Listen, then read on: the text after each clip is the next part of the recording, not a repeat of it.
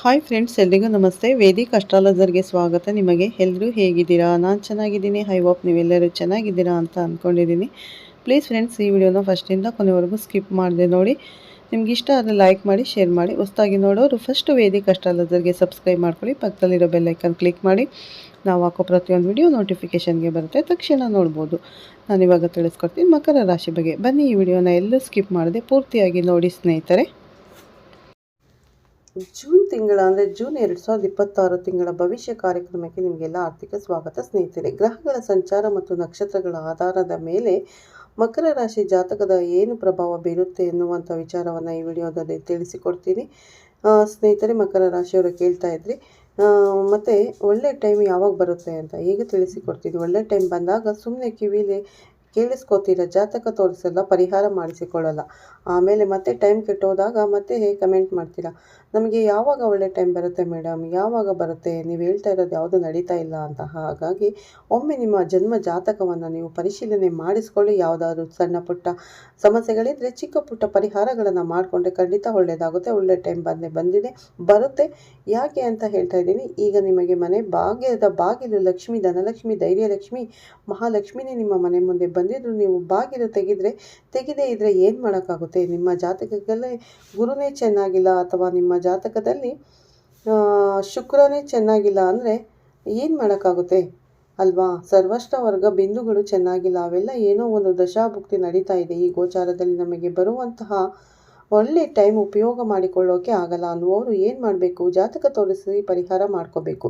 ನೋಡಿ, ಮಕರ ರಾಶಿಯವರಿಗೆ ರಾಜಯೋಗದಂತಹ ಫಲಗಳು ಪ್ರಾಪ್ತಿಯಾಗ್ತಾ ಇದೆ. 1ನೇ ತಾರೀಕು ಜೂನ್ 2026ರಿಂದ ಅದು ಸ್ಟಾರ್ಟ್ ಆಗಿದೆ.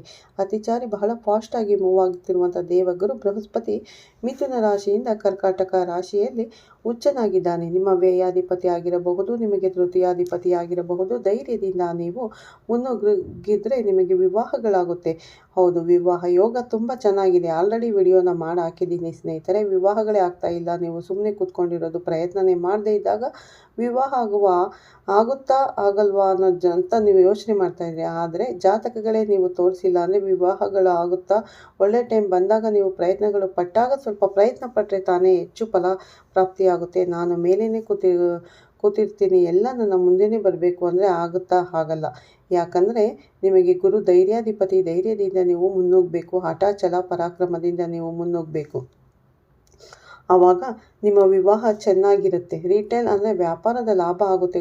ನಾನು 7 ವರ್ಷ 7.5 ಕಷ್ಟಪಟ್ಟಿದ್ದೀನಿ. ಈಗ ಶನಿ ನೋಡಿದರೆ 3ನೇ ಮನೆಯಲ್ಲಿದ್ದಾನೆ, ಆದರೂ ನಮಗೇನು ಒಳ್ಳೆಯದಾಗ್ತಾ ಇಲ್ಲ. ಖಂಡಿತ ಶನಿ ಕೊನೆ ಟೈಮಲ್ಲಿ ನಿಮಗೆ ಈಗ ಒಳ್ಳೆ ಫಲಗಳನ್ನು ಕೊಡಲೇಬೇಕು. ಹಾಗಾದರೆ ನಿಮ್ಮ ಜಾತಕದಲ್ಲಿ ಶನಿಯ ದೃಷ್ಟಿ ಅಥವಾ ಸರ್ವಾಷ್ಟಕ ವರ್ಗ ದಶಾಭುಕ್ತಿ ಏನಾಗಿದೆ ಅನ್ನೋದನ್ನು ಜಾತಕ ತೋರಿಸಿದಾಗ ತಿಳಿಸಬಹುದು. ಹಾಗಾದರೆ ಏನಾದರೂ ಶನಿ ದೋಷ ಇದ್ದರೆ ಜಾತಕ ತೋರಿಸುವಷ್ಟು ನನಗೆ ಸಮಯ ಇಲ್ಲ, ನಿಮಗೆ ತೋರಿಸೋಕ್ಕೆ ನನಗೆ ಮನಸ್ಸೇ ಬರಲ್ಲ. ಯಾಕಂದರೆ ಜಾತಕ ಯಾಕೆ ತೋರಿಸಿ ಮನಸ್ಸು ಬರಲ್ಲ? ಕರ್ಮಾನುಸಾರ ನಾವು ಬುದ್ಧಿ ಮನಸ್ಸು ತೋರಿಸೋಕ್ಕೆ ಮನಸ್ಸು ಬರಲ್ಲ ಅನ್ನೋರು 27ನೇ ತಾರೀಕು ಅಂದರೆ ಈ ತಿಂಗಳು ಜೂನ್ 2026 ಶನಿವಾರ 27ನೇ ತಾರೀಕು ಅಂದರೆ ಶನಿ ಪ್ರದೋಷ ವ್ರತ ನೀವು ಮಾಡಿದರೆ, ಅಂದರೆ 27ನೇ ತಾರೀಕು ಶನಿ ಪ್ರದೋಷ ಅಂದರೆ ಈ ವ್ರತ ಇದೆ. ಆ ದಿನ ಶನಿ ನಿಂತು ಹೋಗಿದೆ. ನಿಮಗೆ ಬರಬೇಕು ಅನ್ನೋದು ಶನಿ ಕೊಡಲೇಬೇಕು. ಕೊಡಬೇಕಾದ್ರೆ ಬೇಕಾದಂಗೆ ಕೊಡಬೇಕು. ವಿಕ್ರಮಾದಿತ್ಯ ಮಹಾರಾಜನಿಗೆ ಎಷ್ಟು ಕಷ್ಟ ಕೊಟ್ಟು ಪರಿವರ್ತನೆ ಆಗಿದೆ, ತಕ್ಷಣವೇ ಎಲ್ಲ ವಾಪಸ್ ಅವನಿಗೆ ಗೌರವ, ಸ್ಥಾನಮಾನ, ಚರಿತ್ರೆಯೆಲ್ಲ ಅವನ ಹೆಸರು ಉಳಿದುಕೊಂಡಿತು. ಅದು ಆಗಿನ ಕಾಲ ಅಂತಲ್ಲ. ಇವತ್ತಿನ ರಾಜಕಾರಣಿಗಳಾಗಿರಬಹುದು, ಇವತ್ತಿನ ಶ್ರೀಮಂತರಾಗಿರಬಹುದು, ಬಡವರಾಗಿರಬಹುದು, ಶನಿಗೆ ಎಲ್ಲರೂ ಒಂದೇ. ಅವನು ಕರ್ಮಾಧಿಪತಿ. ಅದಕ್ಕೆ ಶನಿ ಪ್ರದೋಷದ ದಿನ ಸಾಯಂಕಾಲದಲ್ಲಿ ಅಂದರೆ 27 ಜೂನ್ ಎಷ್ಟನೇ ತಾರೀಕು ನೋಟ್ ಮಾಡ್ಕೊಳ್ಳಿ ಸ್ನೇಹಿತರೆ. 27 ಜೂನ್ 2026 ಶನಿವಾರ ಅಂದರೆ ಸಾಯಂಕಾಲದಲ್ಲಿ ಈ ಬರೋ ಶನಿವಾರ ಶಿವನನ್ನು ನೀವು ಯಾವ ಥರ ಪೂಜೆ ಮಾಡಬೇಕು ಅಂದರೆ ಲಿಂಗ ರೂಪ ಶಿವ ಜ್ಯೋತಿರ್ಲಿಂಗ ಅಲ್ವಾ? ಲಿಂಗ ರೂಪದಲ್ಲಿ ಪರಮೇಶ್ವರನನ್ನು ಯಾರು ಪೂಜಿಸುತ್ತಾರೋ ಅಂಥವರಿಗೆ ಯತ್ನ ಕಾರ್ಯಗಳಲ್ಲಿ ಜಯ ಲಭಿಸುತ್ತೆ ಅನ್ನುವಂಥ ವ್ರತ ಮಾಡಿ. ಆಗ ಶನಿಯು ಶುಭ ಫಲ ಕೊಡ್ತಾನೆ. ಗುರು ಇಬ್ಬರು ಕೂಡ ಜಲರಾಶಿಯಲ್ಲಿ ಇದ್ದಾರೆ. ಶನಿನೂ ಜಲರಾಶಿ, ಗುರುನೂ ಜಲರಾಶಿಯಲ್ಲಿ ಇದ್ದಾಗ ಧರ್ಮಕರ್ಮದಂತೆ ನಿಮಗೆ ಒಳ್ಳೆಯ ವಿವಾಹಗಳಾಗುವಂಥ ಯೋಗ ಮಕರ ರಾಶಿಯವರಿಗೆ ಪ್ರಾಪ್ತಿಯಾಗ್ತಾ ಇದೆ. ನಾನು ಕಾಯ್ತಾ ಇದ್ದೆ ಮಕರ ರಾಶಿಯವರಿಗೆ ಯಾವಾಗ ಒಳ್ಳೆ ಟೈಮ್ ಬರುತ್ತೆ, ಯಾವಾಗ ಹೇಳಬೇಕು ನಿಮಗೆ ಅಂತ. ಯಾಕಂದರೆ ಒಳ್ಳೆ ಟೈಮ್ ಹೇಳೋಕ್ಕೆ ನಮಗೂ ಸಂತೋಷ, ಒಳ್ಳೆ ವಿಚಾರ ಮಾತಾಡೋಕ್ಕೆ ನಮಗೂ ಸಂತೋಷ. ಆದರೆ ಕೆಲವು ಗ್ರಹಗಳು, ಕ್ರೂರ ಗ್ರಹಗಳು ನಿಮಗೆ ಕಷ್ಟಗಳನ್ನು ಕೊಡಬೇಕಾದರೆ ಹೇಳಬೇಕೋ ಬೇಡವೋ ಅನಿಸುತ್ತೆ ಒಂದೊಂದು ಸಲ ಅಲ್ವಾ. ಅದಕ್ಕೆ ನೋಡಿ ಈಗ ನಿಮಗೆ ಒಳ್ಳೆ ಟೈಮ್ ಬಂದಿದೆ, ಒಳ್ಳೆ ಫಲ ಗುರು ಚೆನ್ನಾಗಿ ಕೊಡ್ತಾನೆ. ಶನಿ ಇದು ಏನಾದರೂ ನೆಗೆಟಿವಿಟಿ ಇದ್ದರೆ ಅದನ್ನು ಪರಿಹಾರ ಮಾಡಿಕೊಳ್ಳಿ. ಜಾತಕಗಳನ್ನು ತೋರಿಸಿ ರಿಟೇಲ್ ವ್ಯಾಪಾರಗಳಲ್ಲಿ ಚೆನ್ನಾಗಿ ಸಕ್ಸಸ್ ಆಗ್ತೀರಿ. ನೀವು ಇಂಟರ್ನ್ಯಾಷನಲ್ ಟ್ರಾವೆಲ್ ಮಾಡಬೇಕಾ, 7ನೇ ಮನೆ ದೇಶ ವಿದೇಶಗಳಿಗೆ ಹೋಗಬೇಕಾ, ಯೋಗ ಉಂಟಾಗುತ್ತೆ. ಬಿಸ್ನೆಸ್ ಪಾರ್ಟ್ನರ್ಶಿಪ್ ಜೊತೆಗೆ ಏನಾದರೂ ನಿಮಗೆ ಅಡೆತಡೆಗಳಿದ್ದರೆ ಅದೆಲ್ಲ ಪ್ರಾಬ್ಲಮ್ ಸಾಲ್ವ್ ಆಗುತ್ತೆ. ಎಲ್ಲ ಥರ ಸುಖ ಕೂಡ ನೀವು ಅನುಭವಿಸ್ತೀರಾ. ನೀವು ಅನುಭವಿಸುವಂಥ ಯೋಗ ಮಕರ ರಾಶಿಯವರಿಗೆ ಪ್ರಾಪ್ತಿಯಾಗುತ್ತೆ. ಮಕರ ರಾಶಿಯವರಿಗೆ ಗುರು ಸಂಚಾರ ಫಲ 1 ಜೂನ್ 2026 ಅದು ಸಪ್ರೇಟ್ ವಿಡಿಯೋ ಹಾಕಿದ್ದೀನಿ. ಅಂದರೆ ಒಳ್ಳೆ ಟೈಮ್ ಬಂದಿದೆ 1ನೇ ತಾರೀಕು ಜೂನಿಂದ. ಆಲ್ರೆಡಿ ನಾನು ವಿಡಿಯೋನ ಅಪ್ಲೋಡ್ ಅದು ಮಾಡಿದ್ದೀನಿ. ಇದು ತಿಂಗಳ ಭವಿಷ್ಯದಲ್ಲಿ ನಾನು ನಿಮಗೆ ಬೇರೆ ಬೇರೆ ಗ್ರಹಗಳು ಯಾವ ರೀತಿ ಫಲಾಫಲ ಕೊಡ್ತಾರೆ ನೋಡಿ. 8ನೇ ತಾರೀಕು ಜೂನ್ 26 ನಿಮಗೆ ಶುಕ್ರ ಮಕರ ರಾಶಿಯವರಿಗೆ ಯೋಗಕಾರಕ, ಪಂಚಮಾಧಿಪತಿ ಮತ್ತು ದಶಮಾಧಿಪತಿ ಸಪ್ತಮದಲ್ಲಿ ಬಂದಾಗ ಕೆಲವು ಕೆಟ್ಟದ್ದನ್ನು ನಿಮಗೆ ಫಲವನ್ನು ಕೊಡ್ತಾನೆ. ಬಹಳ ಎಚ್ಚರವಾಗಿರಬೇಕು. ಯಾವ ವಿಷಯದಲ್ಲಿ ಕೆಟ್ಟದಾಗಬಹುದು, ದಾರಿಯನ್ನು ನೀವು ತಪ್ಪಿಸಬಹುದು. ಶುಕ್ರ ಅದಕ್ಕೆ ನೀಚ. ಸ್ತ್ರೀಯ ಸಹವಾಸ ಯಾರಿಗಾದರೂ ಇದ್ದರೆ ಆ ಸ್ತ್ರೀಯ ಸಹವಾಸದಿಂದ ಬಿಟ್ಟು ಬಿಡಿ. ಕೆಟ್ಟ ಸ್ತ್ರೀ ಸಹವಾಸದಿಂದ ತೊಂದರೆ ತೊಡಕುಗಳು ಪುರುಷ ಜಾತಕದವರಿಗೂ ಉಂಟಾಗುತ್ತೆ, ಸ್ತ್ರೀ ಜಾತಕದವರಿಗೂ ಉಂಟಾಗುತ್ತೆ. ಸ್ತ್ರೀಯರಿಗೆ ಸ್ತ್ರೀ ತೊಂದರೆ ಮಾಡಲ್ವಾ, ಅದಕ್ಕೆ ಸ್ತ್ರೀ ಜಾತಕದವರಿರ್ಬೋದು, ಪುರುಷ ಜಾತಕ ನಿಮ್ಮ ಜೀವನದಲ್ಲಿ ಯಾರಾದರೂ ಒಬ್ಬ ವ್ಯಕ್ತಿ ಆಗ ಗಮನ ಆಗಿ ಆ ವ್ಯಕ್ತಿ ಸ್ತ್ರೀ ಆಗಿದ್ದರೆ ಬಹಳ ಎಚ್ಚರವಾಗಿರಬೇಕು. ನೀವು ಅವರ ಜೊತೆ ಏನಾದರೂ ಸಂಪರ್ಕದಲ್ಲಿ ಇದ್ದರೂ ಕೂಡ ಬಹಳ ಎಚ್ಚರವಾಗಿರಬೇಕು. ಅವಮಾನಗಳಾಗಬಹುದು. ಈ ತಿಂಗಳಲ್ಲಿ ಏನು ನೆಗೆಟಿವ್ ಎಫೆಕ್ಟ್ ಆಗುತ್ತೆ ಅನಿಸುತ್ತೆ ವಿಚಾರವನ್ನು ತಿಳಿಸ್ತಾ ಇದ್ದೀನಿ. ಹಾಗಾದರೆ ಕುಜ ನಿಮಗೆ ಪಂಚಮ ಭಾವಕ್ಕೆ ಬರ್ತಾನೆ. ಮಕರ, ಕುಂಭ, ಮೀನ, ಮೇಷ ಅಂದರೆ 4ನೇ ಮನೆ ಅಧಿಪತಿ. 5ನೇ ಮನೆ ಎಷ್ಟೋ ತಾರೀಕು 20 ಜೂನ್ 26 2026 ಮಂಗಳ ಗ್ರಹ ಪಂಚಮ ಭಾವದಲ್ಲಿ ಸಂಚಾರ ಮಾಡ್ತಾನೆ. ಪಂಚಮ ಭಾವದಲ್ಲಿ ಸಂಚಾರ ಆಗಬೇಕಾದ್ರೆ ಇವಾಗ ಗುರುಬಲ ಇದೆಯಲ್ಲ, ಟೈಮ್ ಚೆನ್ನಾಗಿದೆಯಲ್ಲ ಅಂತ ಹೇಳಿಬಿಟ್ಟು ಆ ಥರದಿಂದ ಎಲ್ಲದರಲ್ಲಿ ಜೂಜಾಟದಲ್ಲೋ, ಲಾಟ್ರಿಯಲ್ಲೋ, ಮ್ಯಾಚ್ ಫಿಕ್ಸಿಂಗಲ್ಲೋ ಇವತ್ತು ದುಡ್ಡು ಹಾಕ್ತೀನಿ ನಾಳೆನೇ ಬಂದುಬಿಡಲಿ ಅಂತ ಹೇಳಿಬಿಟ್ಟು ಹಣವನ್ನು ಹೂಡಿಕೆ, ಶೇರ್ ಮಾರ್ಕೆಟ್ ಅಲ್ಲ ಎಲ್ಲೋ ಹಾಕ್ಬಿಡೋದು, ಇನ್ವೆಸ್ಟ್ಮೆಂಟ್ ಸರಿಯಾಗಿ ಮಾಡದೇ ಇರೋದು, ಸರಿಯಾಗಿ ಪ್ಲಾನ್ ಮಾಡದೇ ಇರೋದು ಹತ್ರ ಬಂದುಬಿಡುತ್ತೆ. ಪಂಚಮ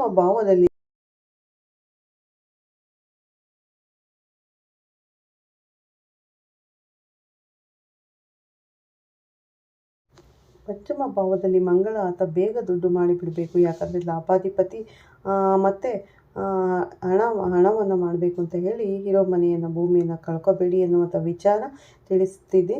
ಮಕ್ಕಳ ಆರೋಗ್ಯಕ್ಕೆ ತೊಂದರೆ ಉಂಟಾಗಬಹುದು.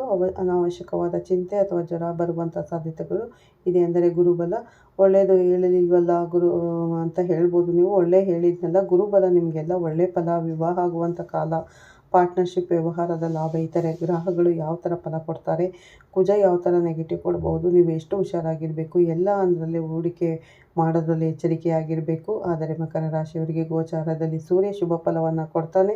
ಸೂರ್ಯ ನಿಮ್ಮ ಜನ್ಮ ರಾಶಿಗೆ 6ನೇ ಮನೆಯಲ್ಲಿ ಸಂಚಾರ ಆಗ್ತಾ ಇರೋದ್ರಿಂದ ಮಕರ ರಾಶಿ ಜಾತಕದವರಿಗೆ 15ನೇ ತಾರೀಕು ಜೂನ್ 2026 ಗುರುಬಲ, ಶನಿ ಬಲ ಮತ್ತು ಸೂರ್ಯಬಲ 3 ಗ್ರಹಗಳು ಶುಭ ಫಲವನ್ನು ಕೊಡ್ತಾ ಇದ್ದಾರೆ. ಸಾಲಗಳನ್ನು ಹೆಂಗೆ ತೀರಿಸಬೇಕು ಅನ್ನುವಂಥ ನಾಲೆಡ್ಜ್ ಬರುತ್ತೆ. 6 ಅಂದರೆ ಋಣ, ರೋಗಾದಿ, ದಾರಿದ್ರ್ಯ, ಪಾಪ, ಕ್ಷುದ್ರ, ಭಯ, ಶೋಕ, ಮನಸ್ತಾಪ, ನಶಂತು ಇದ್ಯಾವುದು ನಮ್ಮ ಹತ್ರ ಬರಬಾರ್ದು ಅಂತೀವಿ. 6ನೇ ಮನೆಯಲ್ಲಿ ಸೂರ್ಯ ಸಂಚಾರ ಆಗಬೇಕಾದ್ರೆ ರಾಜಕಾರಣಿಗಳ ಪರಿಚಯ, ಸರ್ಕಾರದ ಎಲ್ಲ ಕೆಲಸ ಕಾರ್ಯಗಳು ಈಡೇರುತ್ತೆ.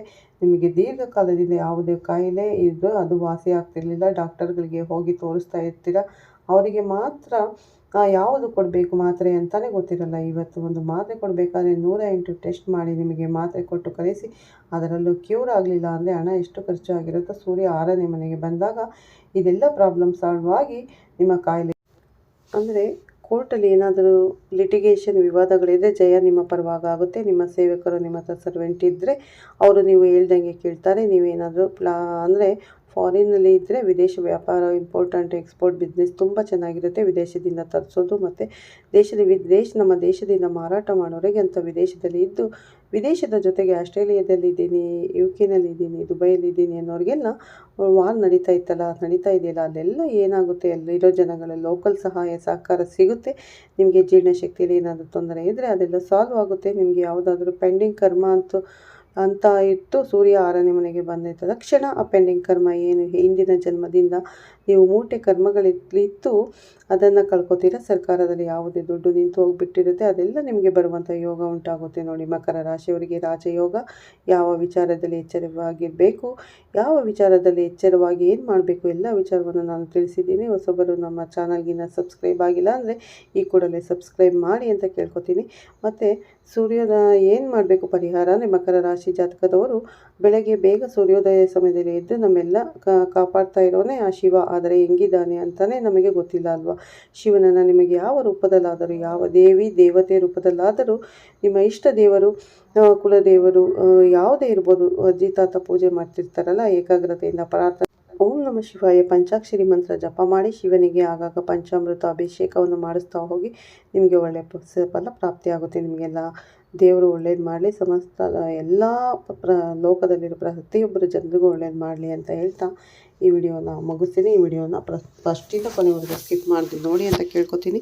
ಹೊಸದಾಗಿ ನೋಡೋರು ನಮ್ಮ ಚಾನಲ್ಗೆ ಸಬ್ಸ್ಕ್ರೈಬ್ ಮಾಡಿ ಪಕ್ಕದಲ್ಲಿರೋ ಬೆಲ್ಲೈಕನ್ ಕ್ಲಿಕ್ ಮಾಡಿ ಸ್ನೇಹಿತರೆ. ನಾವು ಹಾಕೋ ಪ್ರತಿಯೊಂದು ವಿಡಿಯೋ ನೋಟಿಫಿಕೇಷನ್ಗೆ ಬರುತ್ತೆ. ಮತ್ತೆ ಸಿಗ್ತೀನಿ ಉತ್ತಮ ರಾಶಿ ಭವಿಷ್ಯದೊಂದಿಗೆ. ಎಲ್ಲರಿಗೂ ಧನ್ಯವಾದಗಳು. ಒಳ್ಳೆಯದಾಗಲಿ.